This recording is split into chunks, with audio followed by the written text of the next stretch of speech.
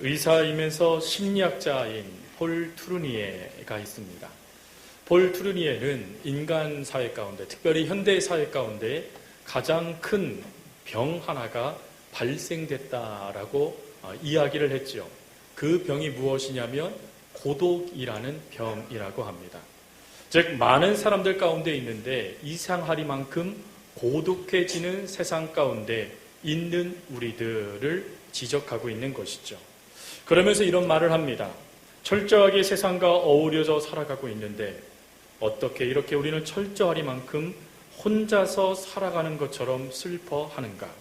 학교도 직장도 모여서 함께 우정을 나누며 진정한 사랑을 나누는 공동체의 시대는 지나가 버리고 이제 누군가가 잘되면 나는 실패했다라고, 누군가가 성공하면 나는 패배했다라고 생각하고 살아갔으니 무슨 우리에게 인간미가 있고 무슨 우리에게 사랑이 있겠는가라고 그가 쓴 책에서 언급을 하고 있습니다. 여러분 정말 그런 것 같습니다. 우리가 살아가는 이 세상에 고독이라는 이 엄청난 병이 우리를 참 힘들고 어렵게 만들고 있는 것 같아요. 많은 이들 가운데 있는데 이상하리만큼 우리가 외로움을 느낍니다.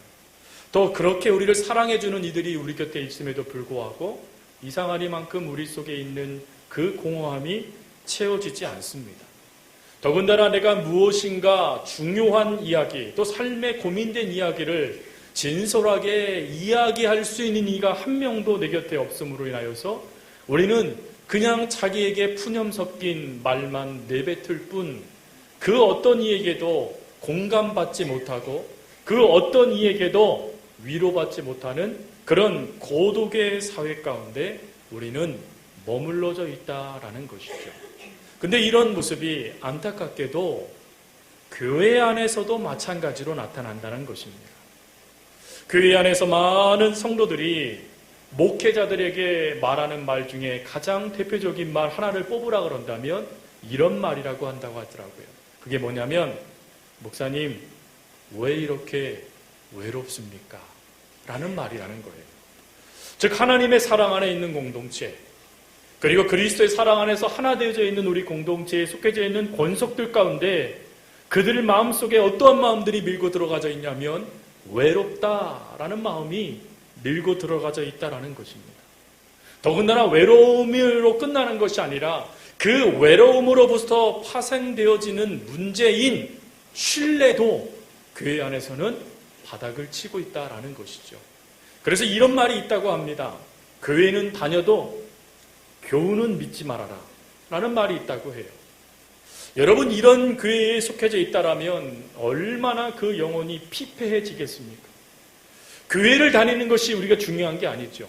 우리는 교회를 다니는 게 보다는 예수를 믿는 신앙 공동체 안에 모여서 그리스도의 사랑의 교제를 나누는 것이 바로 교회의 가장 중요한 사명이죠.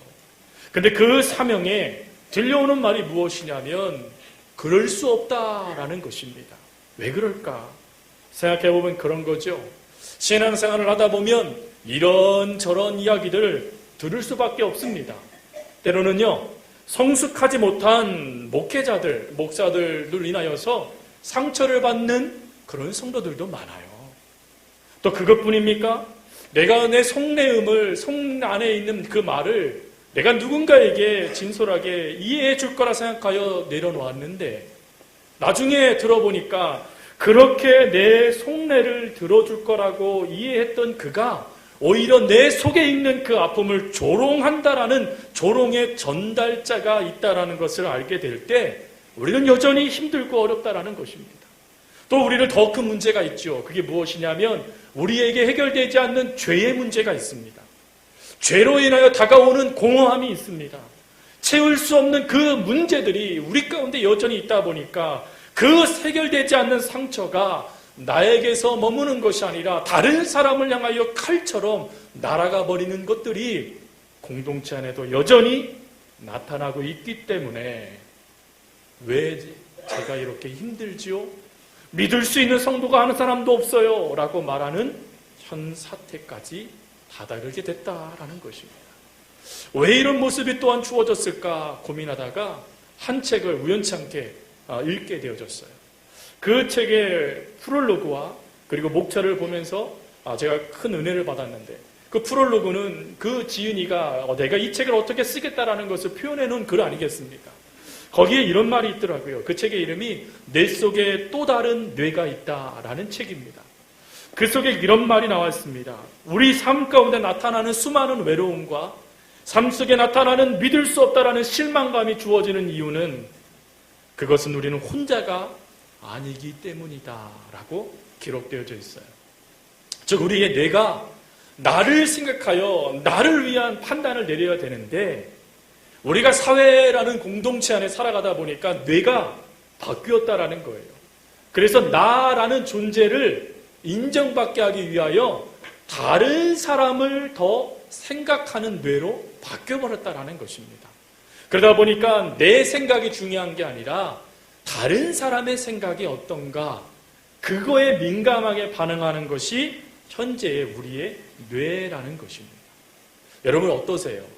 여러분들이 나만 괜찮으면 돼 라고 하지만 우리는 눈치 보죠.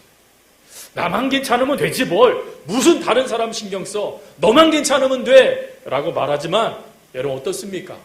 우리는 결코 나만 괜찮아서는 살 수 없는 시대에 살아가고 있지요. 그래서 그 책에서 결론으로 이렇게 말합니다.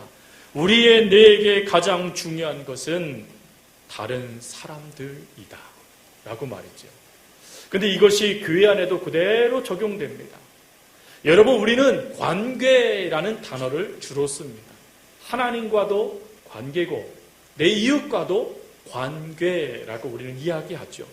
근데 여러분 이 관계가 조금이라도 문제가 발생되어지면 여지없이 우리 삶의 공허함과 궁핍함과 그리고 외로움은 우리를 얼마든지 잠식시킬 수 있다는 것입니다.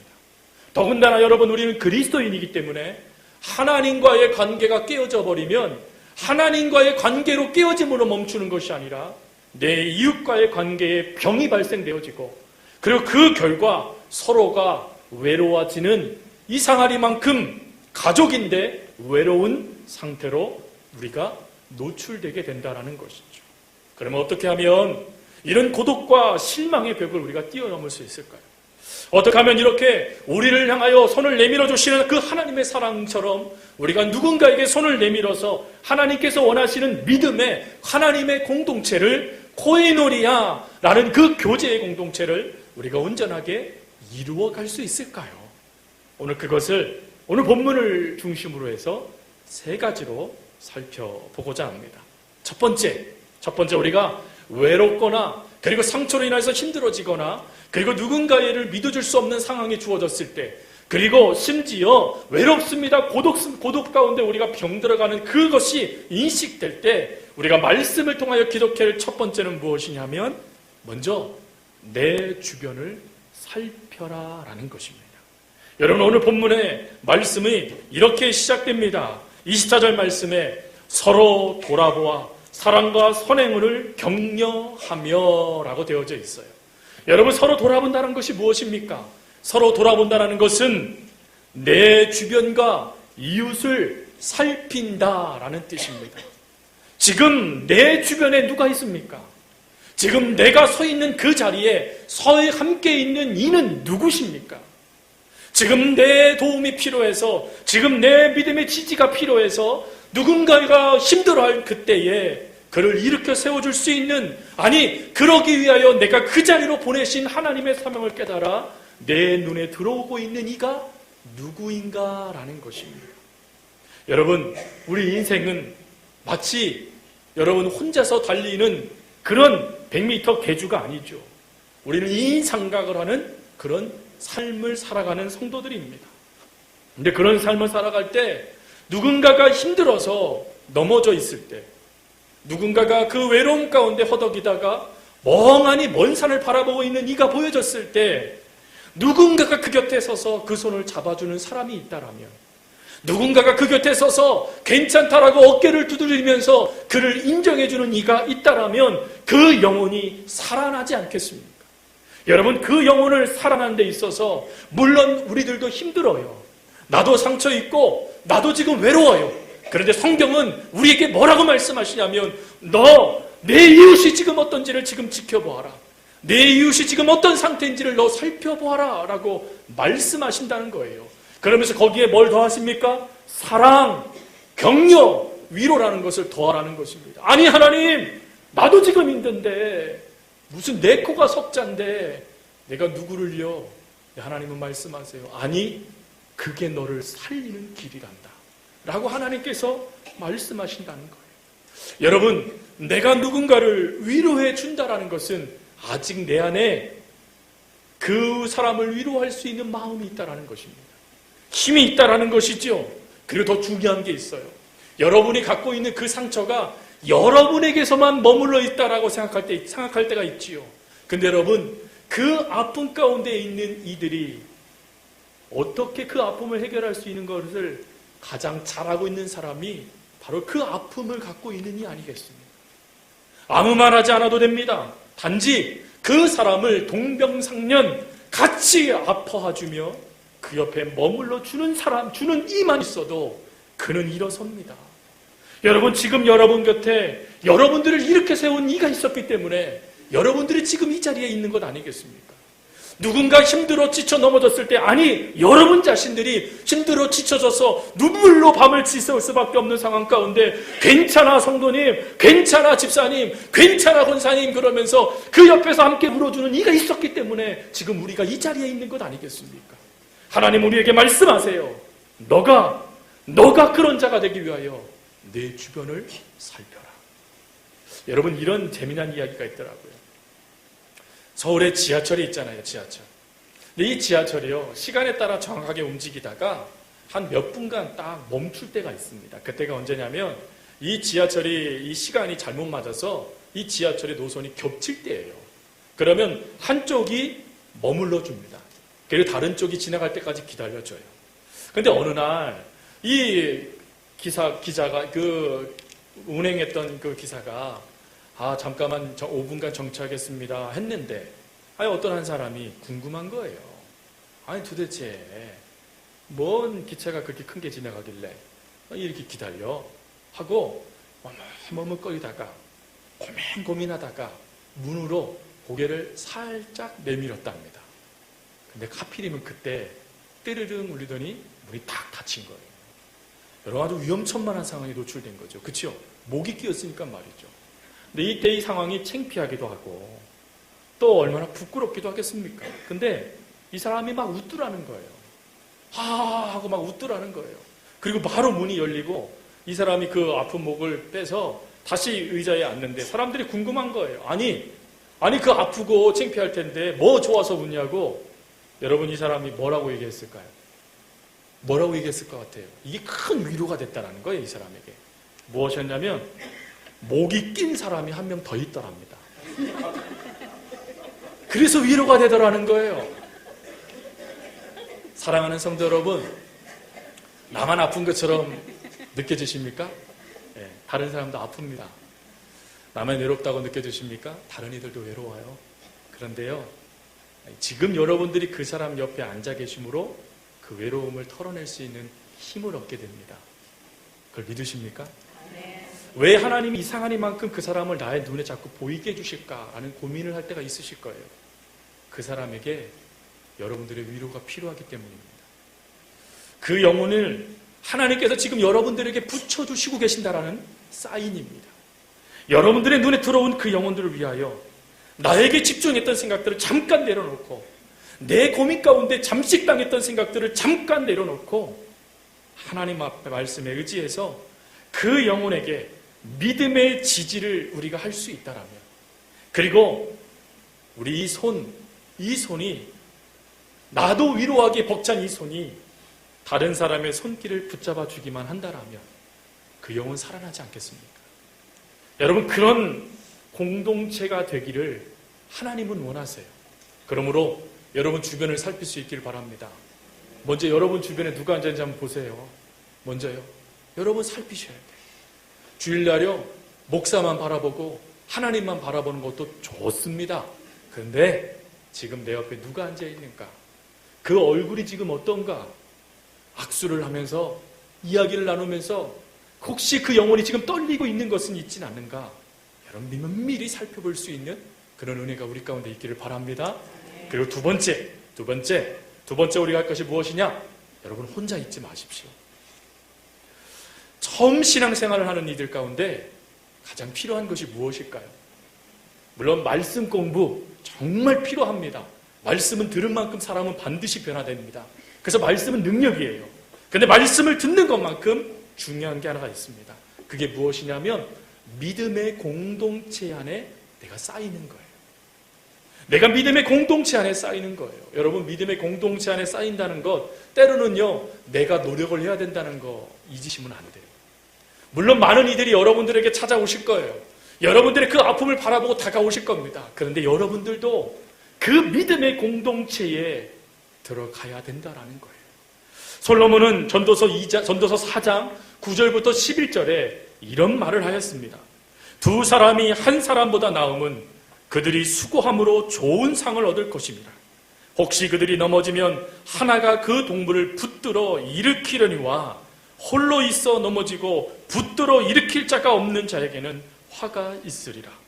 또 두 사람이 함께 누우면 따뜻하거니와 한 사람이면 어찌 따뜻하랴. 여러분, 신앙생활 혼자 하는 것이 아니라는 거예요. 신앙생활은 함께 하는 거예요. 특별히 하나님을 인격적으로 만난 그리스도의 성도들로 함께 함으로 인하여서 마음의 위로를 받고 기쁨을 얻으며 그리고 고독의 자리에서 벗어나 믿음의 자리로 나아갈 수 있는 방향으로 우리 삶이 변화되어질 수 있는 것은 바로 그 믿음의 공동체 안에 내가 함께 할 때라는 것이에요. 여러분, 이상한 생각이 여러분들에게 밀고 들어옵니까? 그러면 믿음의 사람 곁으로 가십시오. 기도가 되어지지 않습니까? 그러면 기도의 사람 곁으로 가십시오. 함께 하나님의 사랑을 나누면 그 속에서 그 사람이 회복되어지는 은혜를 얻게 되어진다는 것이죠. 이런 이야기가 있다라고 합니다. 노총각이 결혼해서 어머니와 함께 몇십 년 회로하고 있는 아버지를 바라보며 그 노총각 아들이 이렇게 말합니다. 아빠, 결혼하는 것이 좋아요? 여러분, 어떠세요? 결혼하는 게 좋으십니까?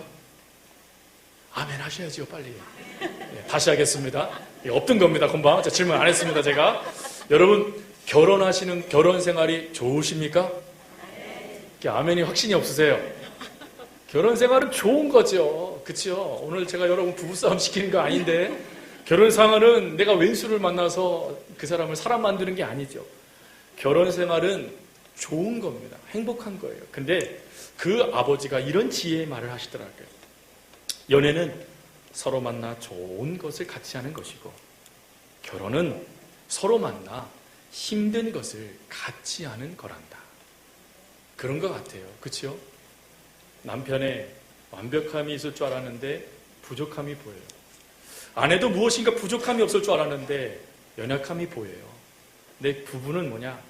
결혼 생활하는 가족은 뭐냐?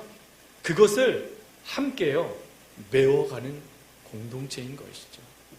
남편의 부족함 아내가 채워주고, 아내의 부족함 남편이 채워주고, 부모의 부족함 자녀가 채워주고, 자녀의 부족함 부모가 채워주는 그것이 바로 행복한 아름다운 가정이지 않겠습니까? 마찬가지예요. 사랑하는 성도 여러분, 우리가 서로 돌보아주는 사람이 되어야만 합니다. 내가 돌봄을 받음으로 멈추지 마십시오. 그것을 가지고 누군가에게 돌봄이 되어줄 수 있는 은혜가 우리 가운데 있어야 돼요. 그러려면 혼자 있으셔서는 안 됩니다. 그러려면 혼자 그 자리에서 머물러 있으시면 안 돼요. 하나님의 사랑을 나누어 줄 수 있는 그곳으로, 누군가를 붙잡아 줄 수 있는 그곳으로, 하나님의 사랑을 함께함으로 따뜻함을 누릴 수 있는 그 자리로 여러분들이 가셔서 여러분들의 체온을 나누어 주시고 여러분들의 손을 그에게 빌려주셔서 함께하는 공동체가 되는 것이 하나님께서 우리들에게 원하는 공동체의 모습이다라는 것입니다. 그러므로 혼자 있지 마시고 함께 서로 손을 붙잡아주고 함께 그 사랑의 체온을 나누어주는 아름다운 공동체, 우리 서호 공동체, 아름다운 가정, 우리 서호 교우들이 속해져 있는 가정이 되어줄 수 있기를 주님의 이름으로 축복합니다. 그리고 마지막으로요, 한 가지를 기억 더 하십시오. 그것이 무엇이냐? 언젠간이라는 착각을 버리십시오. 결혼을 하면 다양한 착각을 한다고 하죠. 대표적인 게 사랑은 저절로 깊어진다라는 착각입니다. 여러분, 근데 연구 결과에 의하면 사랑은 결혼하는 순간 식어진답니다. 그래서 그 사랑을 유지하기 위해서는 부부간이 노력을 하고 애를 써야지만 사랑이 유지될 수 있다라고 이야기합니다. 또 한 가지 착각이 결혼하면 행복해진다라는 것입니다.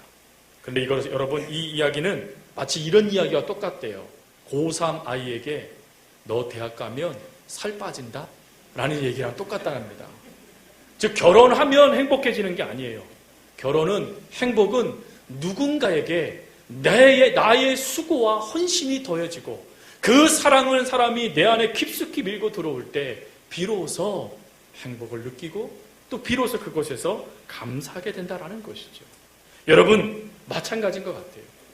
이런 사랑의 공동체 결혼하면서 이렇게 우리가 헤어나감에 있어서 사실 안 맞는 모습 너무 많지요. 화성인, 금성인 그러면서 서로가 달라도 너무 달라라는 것 여러분 우린 누구나 다 알고 있습니다. 그럼에도 불구하고 사랑하고 있기 때문에 그에게 내 인생을 걸고 그도 나에게 인생을 걸며 함께 믿음의 동반자로 살아가고 있기 때문에 우리는 어떡합니까? 다투고 싸우고 때로는 삐지기도 하고 서운하기도 하지만 서로 그것을 맞추어가고 있지 않습니까?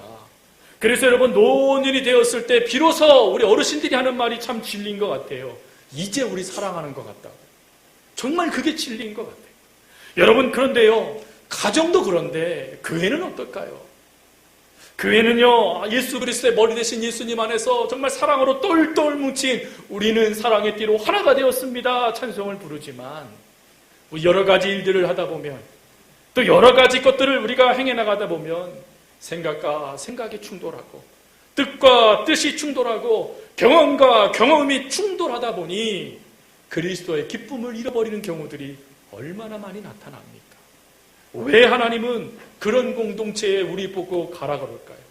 왜 하나님은 그런 공동체에 우리가 반드시 있어야 된다라고 말할까요? 그것은 하나님께서 그 공동체를 통하여 하나님께서 원하시는 또 다른 놀라운 비밀을 깨닫게 해주시고 싶어 하시기 때문에 그렇습니다.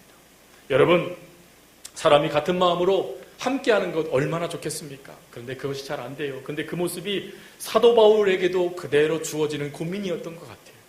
그래서 빌립보서 4장 2절부터 5장 7절까지 말씀해 보면 두 여인의 문제가 나타납니다. 이 두 여인이 누구냐? 유오디아와 순두계였습니다. 이 두 여인은 둘 다 교회에서 열심을 내라 그러면 남부럽지 않을 정도로 최선을 다하여 하나님을 섬겼던 여인들이었어요. 근데 이 두 여인들 가운데 열심은 사람들에게 인정받았는데 그만 마음이 나누어지고 만 겁니다. 그래서 사도 바울은 이렇게 말해요. 주 안에서 같은 마음을 품으라. 즉 마음이 나누어져 있는 그것을 통하여서 무엇을 기억하라라고 말하고 있는 거냐면 너 지금 이 마음이 주님께서 기뻐하는 마음인가? 점검해 보아라 라고 말하는 거예요. 여러분 혹 선교회야 또 여전도회 그리고 또 부서 그리고 또 교회 일을 하다 보면요 우리가 다툼을 나눌 수밖에 없어요. 근데 그게 다 각자가 갖고 있는 열심 때문에 그래요. 열심. 각자가 교회를 더 열심히 섬기고 싶어서 그와 같은 말들이 나오는 거예요. 근데 그때에 이상하리만큼 문제가 깊어지기 시작합니까? 그럼 멈추셔야 돼요. 그리고 우리는 이렇게 말해야 됩니다. 이것이 주님께서 원하시는 것입니까? 라고 물어야 된다는 거예요. 과연 주님께서 이것을 기뻐하시겠습니까? 라고 물었을 때 아니다 라고 하면 다 내려놓을 수 있는 은혜가 있어야 된다는 거예요. 이 사도 바울이 지금 그것을 말하는 거예요. 너의 열심도 좋고 너의 열심도 좋다. 그런데 그것이 과연 주님께서 기뻐하실 것인가? 너는 한번 되새김질 해보아라.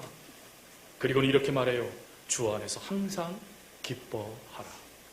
드디어 주님을 생각하고 그래 이거 주님이 기뻐하지 않았지 라고 생각하니까 내가 놓쳤던 그 기쁨을 다시금 얻게 되어졌다라는 것입니다. 그리고 사도 바울은 여기서 끝나지 않고 그 다음에 이런 말을 합니다. 주께서 가까우시느니라. 이게 무슨 말이냐면 내일이 없는 것처럼 생각해라 라는 것입니다. 여러분 만약에 내일이 여러분 가운데 있다라는 것이 확신이 들면 오늘 마음대로 막 살아도 되겠죠.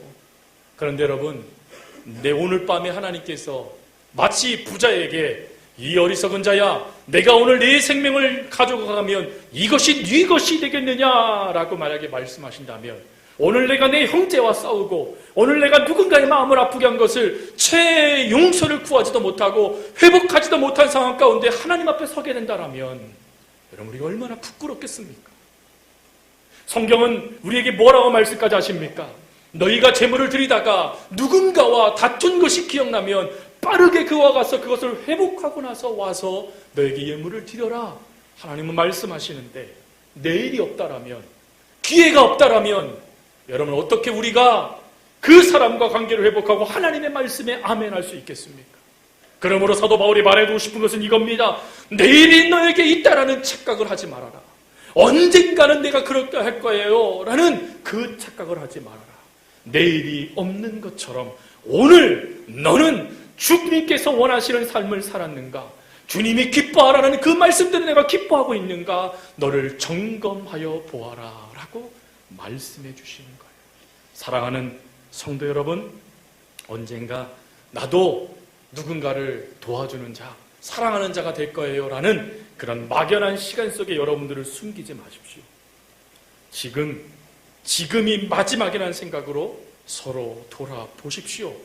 누군가가 주님의 사랑이 필요한 영혼들이 있다라면 지금 그 영혼에게 다가가십시오.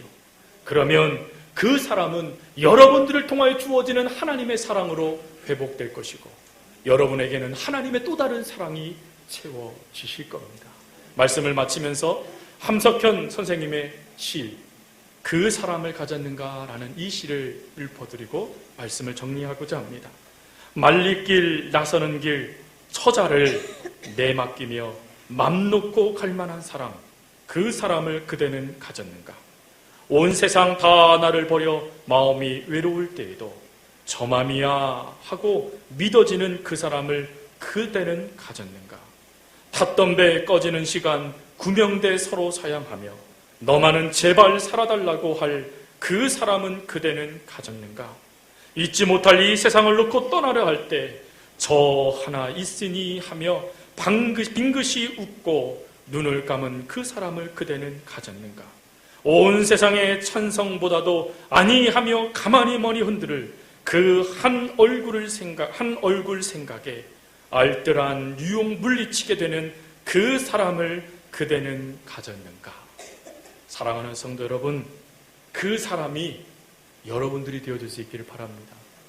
누군가의 그 사람이 여러분들이 되어줄 수 있기를 바라요. 그래서 신앙, 우리 혼자 있는 것이 아니라 그 사람으로 인하여서 내가 또 그 사람이 되어줌으로 인하여서 함께 걸어갈 수 있는 믿음의 공동체가 될 수 있기를 주님의 이름으로 축복합니다. 우리 마지막으로 옆에 분에게 이렇게 한번 고백해 볼까요? 우리는 혼자가 아닙니다. 나는 당신 곁에 있을 겁니다. 마지막으로 이렇게 고백했으면 좋겠어요. 내가 바로 주님 안에서 그 사람이 되겠습니다.